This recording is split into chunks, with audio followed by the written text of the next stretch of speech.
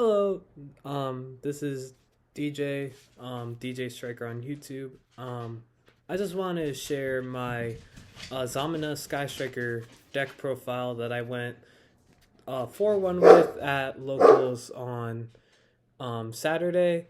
Um, Technically 3-1 because my opponent dropped. One of my opponents dropped, but still, it's an amazing result. It was my first time playing the deck, really, outside of like test hands, and I'm very happy with how it did, and I'm very glad to be doing this moving forward.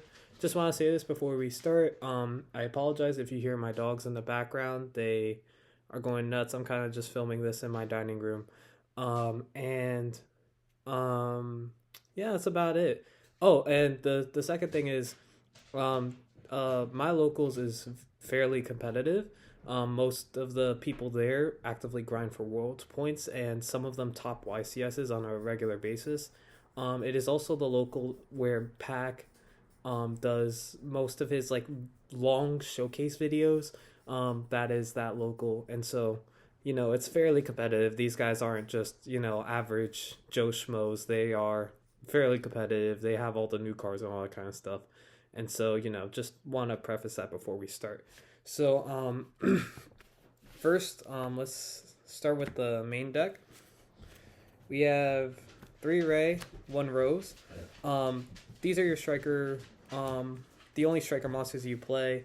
You don't play Cyanos because it locks you into machines, and it'll lock you out of the Azamina engine. You kind of want to see these because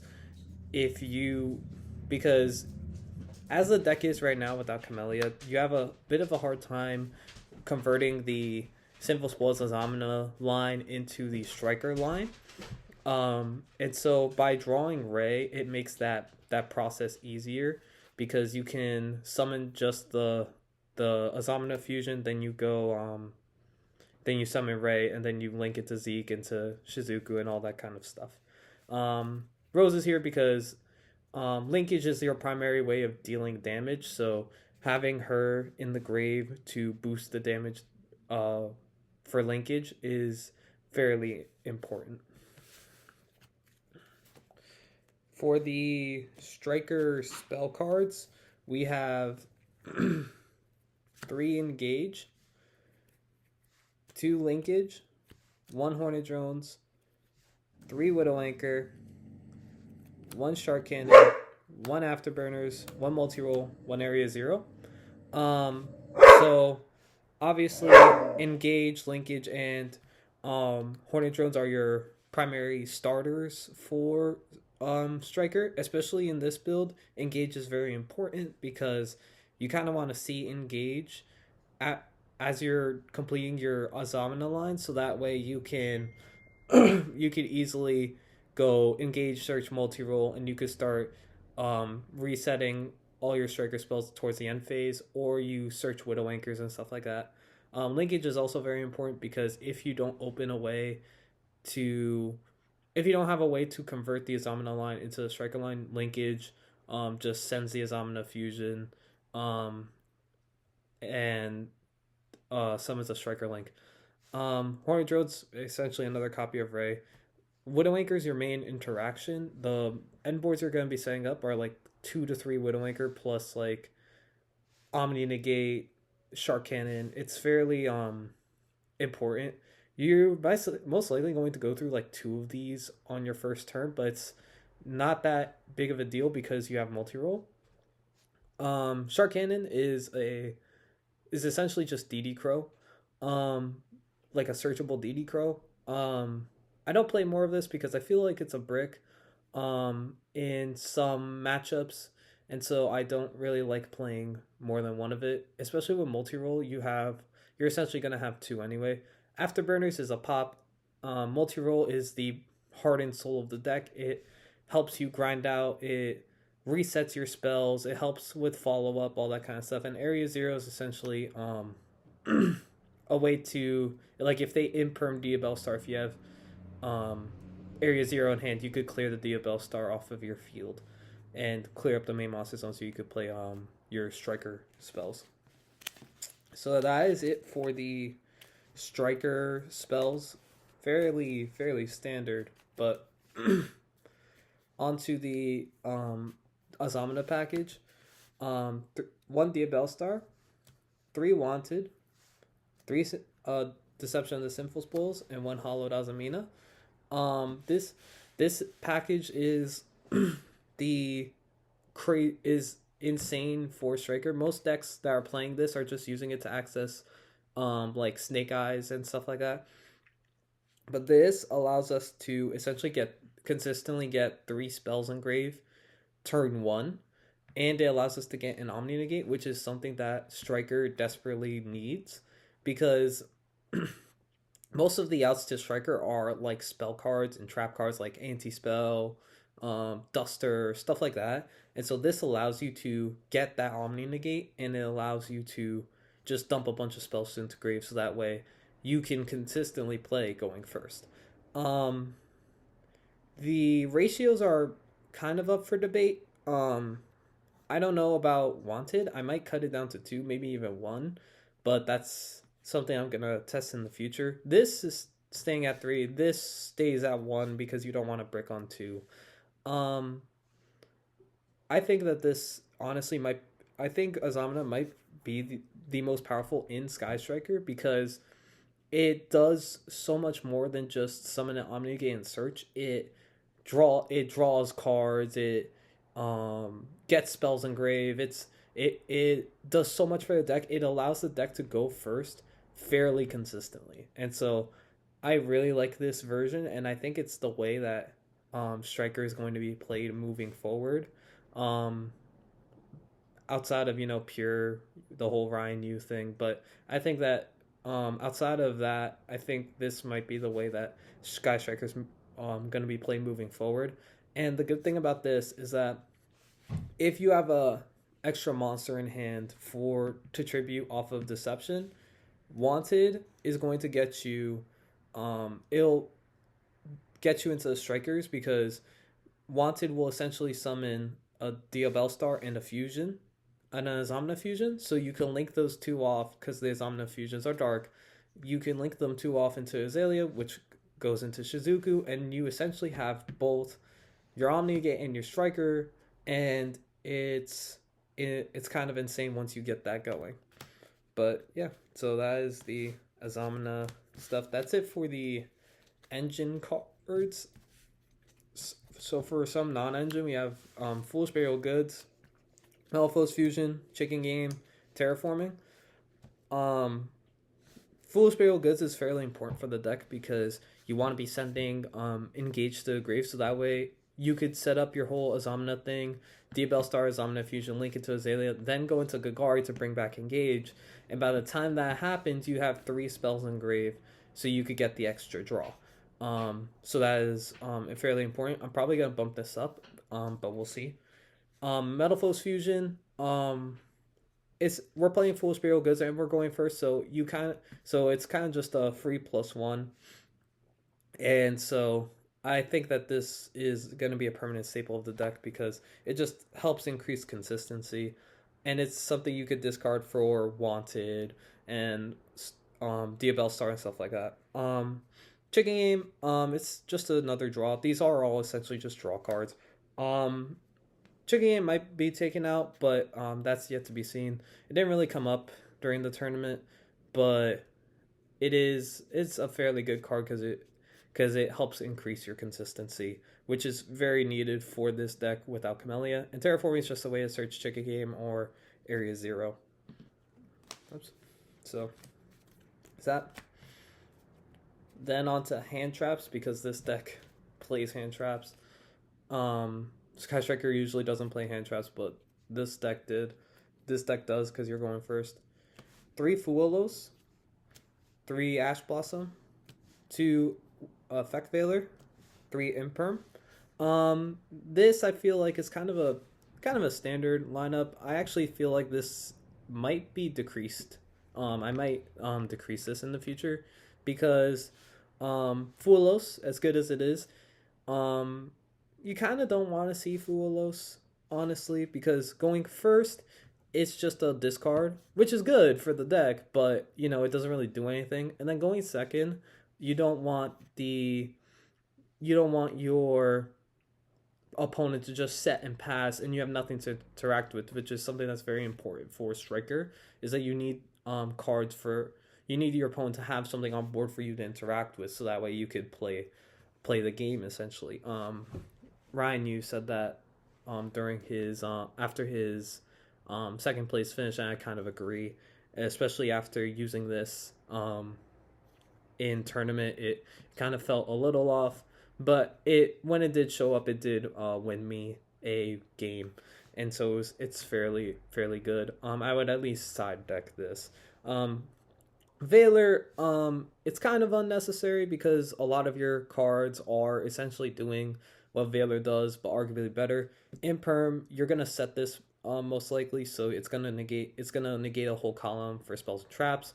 Widowmaker will take a monster and in addition to negating, so Effect Valor is kind of redundant. It came up once, but it could for sure be cut. And then Imperm Ash are kind of self-explanatory. That is it for the main deck. 40 cards. Onto the side deck. We have the two Azamina fusions, Mubri Cielago and the Ilia Sylvia. These are the only Azamina fusions you're playing because you need space in your extra deck for your striker stuff, for your striker cards, and for I call them bridges, essentially just link twos that you can link the Azaminas and Diabellstar off into to go into striker. Um, this one is essentially just searching this Sinful Spoils card for you. Essentially just searching follow up, and then this is the Omni Negate. Um, I wouldn't play more than one in one of each because you're never gonna with Hollowed Azamina you're gonna be recycling them, so you'll never need more than one. There's almost never an instance where you're gonna need two of either of these. All tournament they didn't come up as multiples. One and one was enough. So onto the links, we have 3 Kagari, 2 Shizuku, 2 Hayate, 1 Kaina, 1 Zeke, 1 Azalea, 1 Azalea Temperance. These are the striker links I chose to go with. Azalea is the most important one here, because she's the way you bridge from your Azamina monsters into your striker monsters. So she's fairly important. If Mimigul starts playing Charm or or Catch Tira becomes more popular, I might consider playing two. But for right now, this is a even though it's so important, it is a one of because you just need to bridge the one time and then you're good to go. Um, Everything else is kind of standard. Azalea Temperance isn't really, but she is essentially just another bridge card that you could use to bridge the cards together. Because you could, if it's like turn 3 or something, and you have the two Azamina, you have Diabellstar and Azamina on the field, because you could recur both of those. You could steal an opponent's monster and then link into that, then go into Striker. And so I like this for now. This might change because it only came up once, and the one time it did come up, it wasn't too needed, but this might get changed out soon. But outside of that, everything else is pretty standard.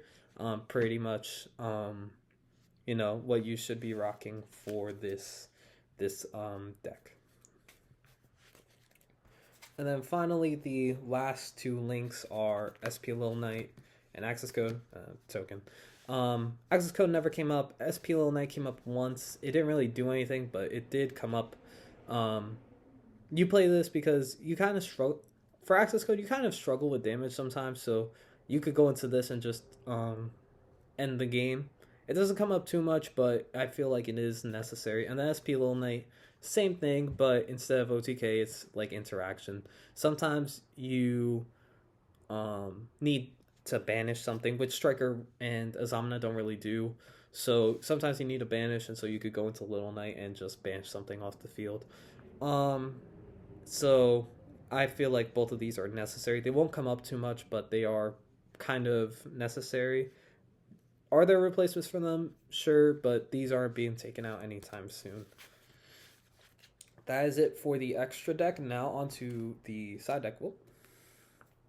Side deck is 3 Thrust, 2 Talent, 2 Storm, 1 Duster, 1 Herald, 3 Droplet, 3 Deep Fissure. Um, I wanted, so this deck primarily goes first. So I wanted a going second side deck. And so this is what I ended on. I realized that every time I went second, um I kind of lost because the problem with this is that you kind of have to draw these.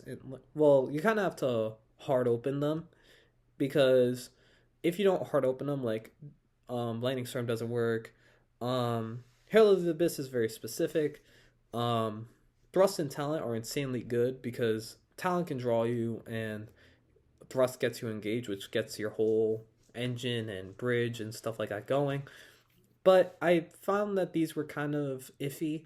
I definitely wouldn't change this. The only thing I would change is Fissure, Defissure. This never came up. There was never a game where I sided this in. It just sat in my side deck the whole time, and it kind of felt really bad because this could have been like anything else, like D barrier or something like that. But it never came up. Droplet was insane because game 3, I would just keep the Molcharmy Fualos in the side and then just side in Droplet and then just keep Droplet in so that way I can go. It's a card that I can use going first, and it was pretty insane because I used it to one of my opponents, I believe it was Runic White Forest, he tried to negate the Muricielago to get to prevent me from getting another wanted, and so I dodged the negation with Droplet, and it ended up winning me the game because I got the wanted, revived the Debelster, and was able to link into the Azalea, and so that is the side deck. As for matchups, I have it pulled up on my phone actually. The little notes I took throughout the day. So round 1 was against Purely, and that was a fairly easy game because he ended up bricking, and so it was just it kind of worked in my favor because I ended up setting just enough interruption. It was like 3 negates game 1, and then game 2 was like 2. Well, game 2 he yeah, game 2 I set up another like 2. He went first, but I was able to set up enough negates going second, and so it was just enough to prevent him from playing. Round 2 was my only loss. It was against Vanquish Soul, but it was stuff that really this deck just dies to. I couldn't help. So game 1 I won because I just set up all the stuff I needed to. Game 2 I got shifted, which this deck kind of dies to shifter because you want your spells in your grave. You want like Ray in grave. Your grave is very important, so you kind of die to shifter. If you don't open the nuts, which I ended up not doing. So game 2 was shifter. Then game 3 he essentially just opened anti spell, and it was kind of just GG from there. Surprise, the spell deck dies to anti spell. Round 3 was the drop. He just dropped because another card game tournament was starting. It was Elestrals. He just dropped. I ended up playing against my friend who ended his round, who his round ended quickly enough. We just did a couple quick games. He was playing Memento. I was able to just kind of shut him down with the Azamina stuff and all the negates I was setting up. Round 4 was against Bestial Mimigul. I didn't know that was a thing. That went to time. Round 1 I was again just set up enough negates. I was able to grind him out, He wasn't able to get his board set up. Game two, he shifted me, and then game three, we kind of just went back and forth, and then eventually went to time. He was gonna burn me, but I negated with a Widow Anchor I had set off a multi roll. Then finally, round five was against Runic White Forest, another one that went to time, because I set up the board, and round one I set up, well, game one I set up the board and just completely stopped his plays. Game two, um he just set up his board and I bricked, unfortunately. I think it was like